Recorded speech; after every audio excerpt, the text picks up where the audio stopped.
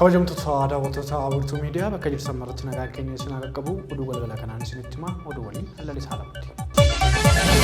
Dubbiimaan ministeera dhimma alaa Itoophiyaa Ambaasaadder Dr. Mallas Alam milkaa'inni dippiloomaasii keenya ka madaalamu bu'aa argamuun waan ta'eef walitti dhufeenyi biyyoota waliin qabnu waldeeggaruu fi walqixxummaa irratti ka bu'uureffatame ta'uu qabaa jedhan. Ambaasaadder Dr. Mallas Alam ibsa har'a miidiyaaleef kennaniin haalli amma cimaan jiru ka Itoophiyaan itti jirtuun wayita ilaalamu sochii dippiloomaasii hunda galeessa ka gaafatu ta'uu eeranii milkaa'inni dippiloomaasii ka madaalamu bu'aa inni biyyaaf buusuun ta'uu addeessanii jiru. Ibsa isaaniin agarsiisa torbee dippiloomaasii godambaa saayinsiitti gaggeeffamaa jiru lammiilee dhuunfaa fi gareen dhugaa lammii biyya isaanii akkasumas immoo lammiilee biyya alaa dabalatee hooggantoonni fi hojjettoonni dhaabbilee 126 daawwataniiti jiru. Dippiloomaatonni teessoo isaanii Finfinnee taasifatan 700 ol agarsiisa kana daawwatanii jiraachuun isaa addeeffameeti jira. Afeerraa ministeera muummee Dr. Abiy Ahmed fudhachuun Itoophiyaanota dhaloota lammaffaa gara biyyaa dhufan daawwannaa taasisuu isaanii fi akkaataa ogummaa isaaniitiif biyya isaanii deeggaruu akka hojjetan ta'uunis addeeffamee jira. Kutaalee biyyoota adda addaatti sababa hongeetiin lammiilee miidhamaniif deeggarsi mootummaan taasifamaa jiraachuu deetaan ministeera tajaajila kominikeeshinii mootummaa ibsee jira. Haala waqtaa waliigalaa keessatti dhiyeessii deeggarsa namoomaa irratti hojiiwwan mootummaa hojjetamaa jiran irratti ministeera deetaan tajaajila kominikeeshinii mootummaa Salaamaawwiit Kaasaan miidiyaaleef ibsa kennanii jiru.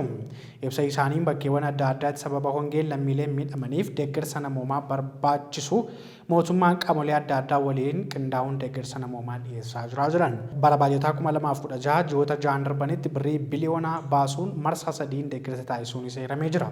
Deeggarsa kana keessa harki 70 yookaan immoo birrii biliyoona 11tti ka tilmaamamu mootummaan yoo baasii ta'u kaafe ammoo dhaabbilee deeggarsa adda addaatirraa walitti qabaman ta'u marsaa jalqabaan lammiilee miliyoona 7.3 marsaa lammaffaan lammiilee miliyoona 3.6 marsaa sadaffaan ammoo lammiilee miliyoona 6.5 deeggarsi namoomaa taasifamuu addeessan. Jaamajjii haga gurraandhalaatti lammiilee miliyoona 6.6 deeggarsi namoomaa ka isaan barbaachisu ta'uunis addeeffamee jira. Mootummaan federaalaa gama isaatiin lammiilee deeggarsa namoomaa barbaadaniif itti fufiinsaan deeggarsa taasisuuf hojjechaa jiraachuu isaanii kanneen biroonis ammoo itti gaafatamummaa qaban bahachuu akka qabanis hubachiisanii jiru. Paappaasiin mana amantaa Ortodoksii Tawaahidoo Itoophiyaa Abuna Luqaas kan jedhaman waltajjii mana amantaa Kiristaanaa taabota fuulduratti lola labsuu fi waraana lallabuu isaaniitiin himatni irratti baname. Paappaasiin mana amantaa Ortodoksii Tawaahidoo Itoophiyaa Abuna Luqaas kan jedhaman waltajjii ayyaana mana Kiristaanaa fuulduratti amantoota fuuldura bahuudhaan barnoota amantaa faallaa akka ta'e waraana labsuu hordofe seera yakkaa bara 1996 bahee keeyyata 243 fi 251 irra darbaniiru jedhamuun himatni irratti banameeti jira. Himatni kun mana murtii olaanaa federaalaa Dhaddacha Lidataa sadaffaa dhimmoota yakkaa heera mootummaa fi sirna heera mootummaatiin kan banamedha. Abuna Luqaas irratti himatni lama kan baname yoo ta'u inni tokko seera yakkaa bara 1996 bahee keewwata 247 muraacaa fi keewwata 258 muraa'aa jalatti katumame yoo ta'u gama biraan seera yakkaa keeyyata 251 muraacaa yoo fi 258 jalatti tumamee kan jiru seera kaa'aman irra darbuu isaaniitiin himatni guyyaarraa irratti banamuusaa faanaan gabaasee jira. Dabalataanis ammoo himatamaan kun jechoota yakkaa humnoonni farra nageenyaa raawwatan mootummaan hordofee seeratti dhiyeessuuf sochii taasisu gufachiisuu fi uummanni mootummaa irraa amantaa akka dhabu akka kaasuu isaaniitiin himatni kun irratti banamuun ni agarsiisa. Manni murtichaas himatamaan haga amajjii 27 bara 2016 akka dhiyaatan ajaja dabarseeti jira. Daawwattoota keenya ammoo gara oduu biyyoota ollaattan isin ceesisa. Humni waraana Somaaliyaa giddugala biyyattiitti hidhattoota Al-Shabaab 25 ajjeesuu ibse. Gama Gaanaatiin ammoo yaalii fonqolcha mootummaa irratti waggoota 3 dura raawwataniiru kan jedhaman fannifamanii akka ajjeefaman murtiin du'aa itti darbe. Gabaasaa oduuwwan kanneen lamaanii Lubee Girmaa akka itti aanutti qindeessiteetti. Waraanni Soomaaliyaa kuni buufata raadiyoo Andalus jedhamu kan Al-Shabaabiin hoogganamuu fi iddoo gareen kun boombii dhoosuudhaaf itti fayyadamu irratti xiyyeeffachuudhaan haleeluu hime. Jiraattonni naannoo sanaa haala ture argan sagalee dhooyinsa gurguddaa sadi dhaga'uu fi garuu bakka dhooyinsi itti raawwate deemanii nama miidhame adda baasuu akka hin dandeenye BBCtti himaniiru. Taateen kun erga Al-Shabaab bakka giddugala Soomaaliyaa naannawaa Mudug jedhamu keessatti argamtu Aad keessatti haleellaa raawwate. Kan mudate haleellaa kanaan loltoota biyyattii 190 caalan ajjeesuu Al-Shabaab himataniiru. Garuu mootummaa fi miidiyaan biyyattiis akka ibsanitti haleellaan kun haala salphaadhaan kan qolatame yoo ta'u, Pireezidaanti Hassan Sheikh Mohammed ji'oota keessatti garee kana balleessina waadaa jedhu seenuudhaan Al-Shabaab irratti duula haleellaa kan eegalan bara darbe ture.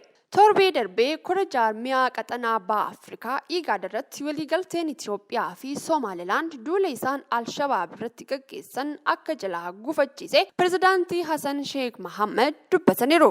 Oduma wal fakkaatuun lammiileen Gaanaa 6 yaalii fonqolcha mootummaa irratti waggaa 3 dura hirmaataniiru jedhaman fannifamanii akka du'an adabnitti murame. Namoota 6 kana keessaa 3 loltoota ta'uun isaanii kan ibsamee fi erga bara 1966 Gaanaan kolonummaa jalaa erga baatee booda Kwame Nkrumah aangoorraa fonqolchamee asitti murtoon biyya ganuu kun kan jalqabaati. Namoonni murtoon du'aa kun irratti murame bara 2021 magaalaa guddoo biyyattii Akkiraatti meeshaalee waraanaatiin otoo shaakala gaggeessanii qabamanii mootummaa fonqolchuudhaan himatamanii turan. Keeniyaan albuuda gati jabeessa kooltaa jedhamu argachuu ishee beeksiste. Albuudni baay'inaan hin argamne kun baatirii konkolaataa, elektiriikii, bilbila moobaayilii fi meeshaalee elektirooniksii biroo oomishuudhaaf kan fayyadu yoo ta'u, Keeniyaan kuufama albuuda gati jabeessa kooltaa jedhamu kana argachuu ishee ministeerri albuudaa biyyattii guyyaa har'aa kana beeksisuu isaa BBC'n gabaasee jira. Riippaabilikni Dimokiraatawaa Koongoo kuufama albuuda kooltaan addunyaa harka 70 ta'uu kan qabdu kunis immoo baha biyyattiitti waggoota kurna baay'eef madda hokkoraa ta'eetii jira. Kuufamni kooltaan haaraa Keeniyaatti argamee jedhamu kun hagam bal'aa akka ta'e waan ibsame hin jiru. Haa ta'u malee qondaaltonni ministeera albuuda Keeniyaa kuufamni albuudota gati jabeessaa akka jiru kana dura foolii oduu kana asaasaa turan. Roobii kaleessaa garuu ministeera albuuda biyyattii Saalim Imvuraawaa amma ifatti kuufama albuudaa kooltaan akka qabnu beekameera jechuun addeessan. Kuufamni albuudaa kana bulchitoota biyyattii 6 keessatti kan argame ta'us gatiin isaanii garuu hin tilmaamamne. Ministeerichi hojii lafarra jiru garee ogeessotaaf dhiisnee amma diinagdee keenyaaf gatiin baasuu danda'u qorachuu qabnaa jedhan. Jiraattonni Embu ba'aa Keeniyaa kan albuudichi keessatti argame keessaa tokko lafa isaanii of harkaa akka hin baafne gaafatamanii jiru. Gatiin kooltaan tokko hamma qabiyyee taantaalaam jedhamu of keessaa qabu kan murtaa'u yoo ta'u, kiloogiraamiin tokko $48 baasuu danda'a jedha gabaasni Forbes. Xiinxaltoonni akka jedhanitti Dimokiraatik Koongootti milishoonni naannoo bahaa bakka albuudni kun jiru qabachuu waan barbaadaniif sababa walitti bu'iinsaa ta'eeti jira. Kana malees fedhiin gabaa albuudichaa akkaan guddatee jira. Rwaandaa fi Dimokiraatik Koongoo qofatu akka addunyaatti albuuda kooltaan jedhamu kana gabaaf dhiyeessuudhaan beekama. Ministeerri Ugaandaa biyyattii keessatti namoonni beelaan du'an gowwaadha jechuun dubbachuu isaanii hordofee qeeqaaf saaxilaman. Bara 2022 keessa biyyattii gama bahaan namoonni 2,200 ol beelaa fi dhukkuboota garaagaraa wal qabatee isaanitti dhufaatii tureen lubbuun isaanii darbuu qaamni mirgoota namoomaa biyyattii himaa turuun ni yaadatama. Sana hordofee haga bara 2024 gara jalqabaa seenuu kanatti haalli beelaa haasamaa jira. Abbaan Henry Okello Oriyaan haala qilleensa mijataa fi dachee badhaatirraa namoonni jiraatan nyaata ofii isaanii oomishuu qabu jechuun himan. Ugaandaatti namni beelaan du'uun gowwaadha raatu isa dhugaati jechuun qondaalli ministeera haajaa alaa biyyattii addeessan. Yoo jabaattee hojjette Ugaandaa keessa lafti jira jijjiiramni qilleensaa jiraatus mijataadha jabaattee dafqitee qonnaan akkamiin nyaata dhabuu dandeessaa jechuun gadi jabeessanii lammiilee beelaan du'an komatan. Bakka bu'aan bulchiinsa Cheekwii bakka rakkoo kanaa miidhamte Moses Alaper BBC'tti akka himanitti ilaalchi abbaa ORM sirrii miti jechuun qeeqan. Dabaluunis immoo qondaala haalli biyyattii keessa adeemuu hubatan irraa wanta akkanaa dhaga'uun nama gaddisiisaa jechuun ministeera Ugaandaa warra beelaan qeeqan deebisanii qeeqanii jiru. Daawwattoota keenya oduu keenya xumuraatiin ammoo sirreeffamaan Ameerikaatti murtiin du'aa itti murtaa'eetii ture oliyyannoo dhiyeeffatee fudhatama dhabus lammii Ameerikaa gaazii naayitiroojiiniin ajjeefamuu kan jalqabaa ta'u seenaan galmaa'uuf jedha. Gama biraatiin namichi Jaappaan balaa ibiddaa istiidiyoo namoota 36 kana dura ajjeeseetii ture murtiin du'aa itti murtaa'eetii jira. Gabaasa oduuwwan kana lammiin Sittiin Haajii Galatoo akka itti aanutti qindeessitee jirti. Sirreeffamaan Ameerikaa mana murtii olaanaatti murtiin du'aa itti murtaa'e.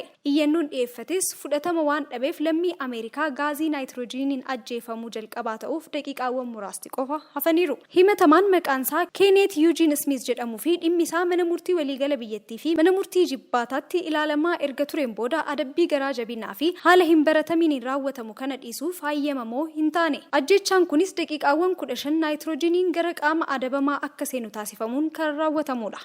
Gaheessi umriin isaa waggaa 58 ta'ee Smith bara 1989tti ture. Haadha warraasaa lallabduu kan turte dubartii Elsaabeet Seenet jedhamtu ajjeesuun yakkaan kan himatame. Duuti himatamaa kanas guyyaa har'aa ni raawwatama jedhamee eeggamaa jira.